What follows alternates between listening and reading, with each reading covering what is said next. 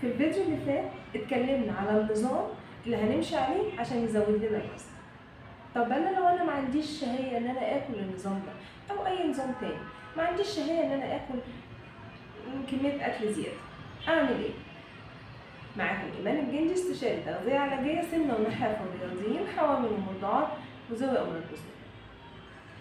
تعالوا النهارده نتكلم ازاي ازود شهيتي وايه الاسباب اللي بتخلي شهيتي ضعيفه.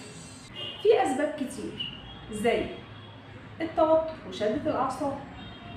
ممكن اكون متعوده على اكل قليل، زي مثلا باكل وجبه او وجبتين بس في اليوم، فبالتالي معدتي صغيره مش بستحمل اكل كتير. ممكن يكون نقص فيتامينز زي الزنك او فيتامين بي 12 اللي بيحفزوا الشهيه.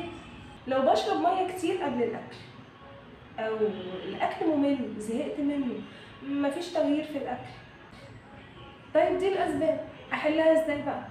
بص يا سيدي، اول حاجه انوع في الاكل، اخلي فيه الوان كتير.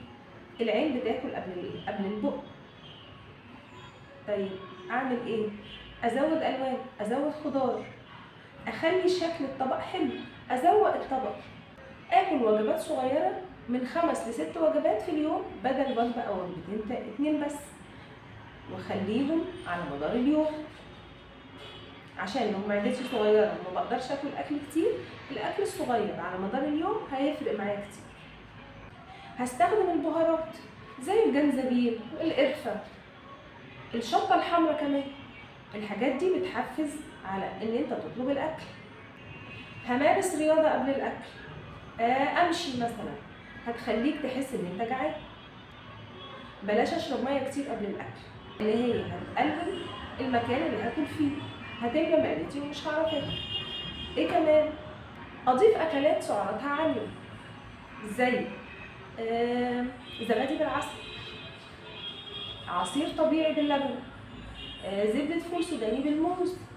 لو الشهيه فضلت عندك ضعيفه حتى وانت بتعمل الحاجات دي، يبقى احتمال يكون عندنا مشكله صحيه، يبقى لازم نستشير طبيب او اخصائي تغذيه علشان نعرف السبب ونعالجه.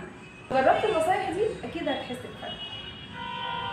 استنوني في الفيديو الجاي، هنتكلم عن احسن حاجه نقدر نعملها عشان ما نزودش وزننا دهون ويبقى وزن زياده صحي. لو عجبكم المحتوى لايك وشير لاي حد عنده نحافه علشان المعلومه توصل.